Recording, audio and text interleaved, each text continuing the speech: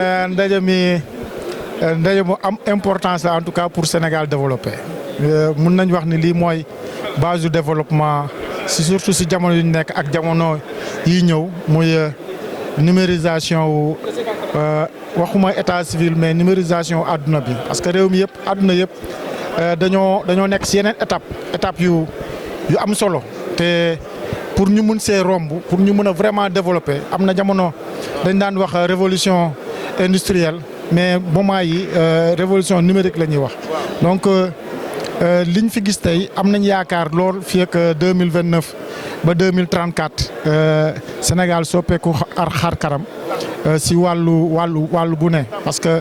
lii en tout cas buñ si eggee buñ ko matalee jàpp naa ni développement dinañ egg si développement parce que loolu moom mooy développement mooy lépp loo xam ne lu jafe la mu yomb si nit ki te ak numérisation en tout cas espace Sénégal jàpp naa ni surtout nit ñi seen soxla yi seen kayitu juddu yi seen kayitu kër yi seen dundin en général bu yombee si ñoom bu yombee ñu jot si rek jàpp naa ni loolu mooy développement te ñaan yàlla li nga xam ne moom lañ def nii tey mu am doxin parce que il faut ñu doxal ko mu jàll ba nga xam ne liñ bëgg si réew mi en tout cas ñu am ko incha allah loolu mooy yitte yi moom moo taxoon ñu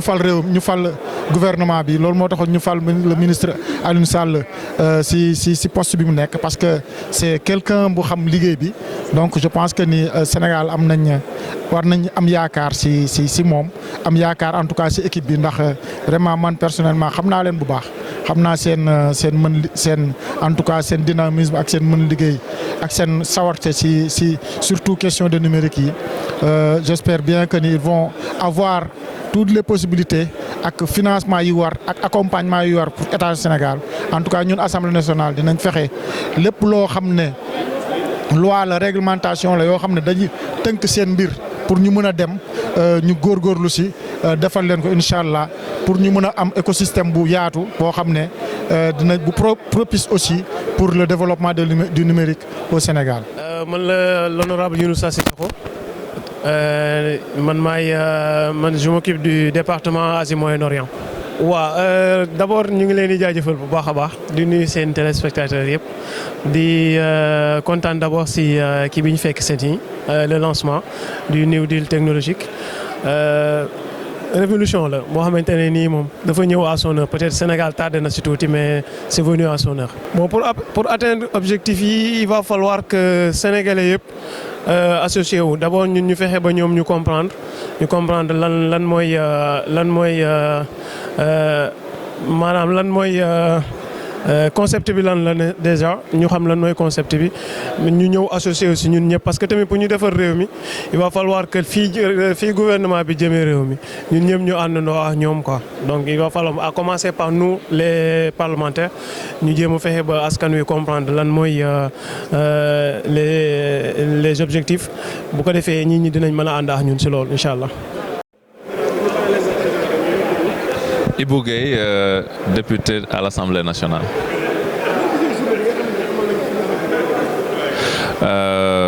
Journée New Deal, donc c'est la stratégie nationale en télécommunication. Je pense que tey dina permettre le Sénégal ñu mën a rattraper un grand retard tey soo xoolee ay réew yu mel ni Maroc par exemple ma gis ni tey foofu am nañ benn avancée bu mag a tey retard bu ñu accusé donc suñu naree jaar ci processus normal day yéex pour ñu mën a rattraper réew yi nga xamante ne tey toll nañ ci seen plein essor au plan de développement économique et social te ñun tey le meilleur moyen et le moyen le plus court et le plus fiable tey mooy la fracture numérique moo tax tey ñoo présenté programme bu mucc ay bi nga xamante ne moom le ministère des télécommunications et de l'économie numérique def mooy présenté ñu benn programme bu tudd le New Deal numérique. jéego la ñu war a def pour atteindre objectif bi nga xam ne président wax. waaw jéego yi ñu war a def rek donc au plan du gouvernement c'est comme ni ñu ko waxee c'est avoir une bonne gouvernance une machine robuste bi nga xamante ne au plan de la gouvernance et de la réglementation du secteur beneen bi mooy c'est de mën a financer, avoir les moyens financiers de nos ambitions au plan du numérique. Et jàpp naa ni su fekkente ne l'administration ñëpp adapté nañ cette stratégie là dina mën a jural réew mi koom bu bëri mais aussi dina yombalal liggéey bi donc dinañu gagneloo en termes de temps mais dina connecter tous les secteurs du privé comme du public notamment pour mën a permettre tey ñu mën a xam au plan économique li secteurs yi fan lañ toll lan lañ soxla mais aussi mën a indil koom bu bëree état du Sénégal parce que dina permettre nga mën a identifier tous les acteurs de l'économie mais également tous les acteurs en tant que usagers ñu mën a présenter seen activité ñu mën a xam seen activité ci lu ñu nekk mais aussi ñu mën a nekk de bons contribuables au plan de l'impôt surtout. waaw tey ni ñu ko gisee ci Diamniadio c'est-à-dire que tey le gouvernement wala le président de la République laay wax sax ak son gouvernement à travers le ministre des télécommunications de la communication et du numérique Alioune Sall ñëw na présenter un nouveau départ dans le secteur du numérique bu ñu tuddee le New Deal boo xam ni li ñu ci jublu mooy wax ni y a eu beaucoup d'investissement y a eu beaucoup d'efforts y a eu beaucoup de temps perdu et que résultats yi ñu doon xaar demeewul noonu principalement li mu wax mën nañ ko résumer ci ñetti problèmes yoo xam ni dans le numérique ñun les acteurs ak d'ailleurs man sax je sais même pas damay wax les acteurs wala en tout cas députés à l'Assemblée nationale dañu ko constaté muy un problème d'accès limité à Internet pour les Sénégalais beneen bi moom mooy problème mu infrastructure numérique beneen bi mooy une nécessité un besoin de formation et de l'innovation ci biir Sénégal donc on se rend compte que ces trois problèmes là li koy régler finalement mooy ñu redéfinir les bases redéfinir un nouveau contrat avec les Sénégalais avec les partenaires avec les acteurs du numérique avec aussi surtout aussi sax les pays yi nga xam ne si ni ñoom ñoo bokk suñu espace CEDEAO wala UEMOA wala ñu bokk Afrique d'ailleurs loolu moo tax boo xoolee les axes yi nga xam ne moo tënk le New Deal bu ci njëkk bi mooy souveraineté numérique mooy moom sa bopp am ay infrastructures de qualité mais yoo xam ne si ni ay souverain la ñuy nekk ci biir Sénégal beneen bi mooy la digitalisation de l'administration fexe ba waa Sénégal mën a am les services yi nga xam ne un peu partout dans le monde il y a des pays actuellement yoo xam ne xanaa mariage ak jënd kër rek nga mënut a defee en ligne mais tout le reste mën nga ko def en ligne et ça c'est possible nos ingénieurs sont là les compétences sont là xam nañ technologie xam nañu lépp donc war nañ ko mën a def beneen axe bi moom mooy développement une économie numérique développée c'est-à-dire que jaaykat yi commerçants yi ñiy jënd ñiy jaay ñi nekk ci business ñi nekk dans les affaires et cetera médias yi tout le monde kenn ku nekk mën a utiliser les services numériques mais aussi mu mën la apporter lu ñuy wax de la valeur ajoutée nga mu mën a nekk loo xam ne daf lay indil njëriñ day tax ce chiffre d'affaires développé parce que ku ne xam na ni Sénégal actuellement dañu am un problème boo xam ne ñu ngi koy wax muy un endettement chronique boo xam ne bu ñu comparer suñu li ñuy produire PIB bi comparer ko ak li nga xam ne moom mooy dette bi actuellement ñu ngi atteindre pratiquement 100% donc pour mën ci jugee leen rek moo ñu koy may mooy ñu mën a yokk suñu production et le numérique ni du luxe nekkul option comme ni ko ministre des télécoms waxee numérique dafa nekk un levier pour mën a atteindre le développement accroître suñu production ba mën a renverser cette tendance là bi nga xam ne moom la ñuy wax muy entre PIB ak suñu dette quatrième axe bi nag mooy un leadership africain c'est-à-dire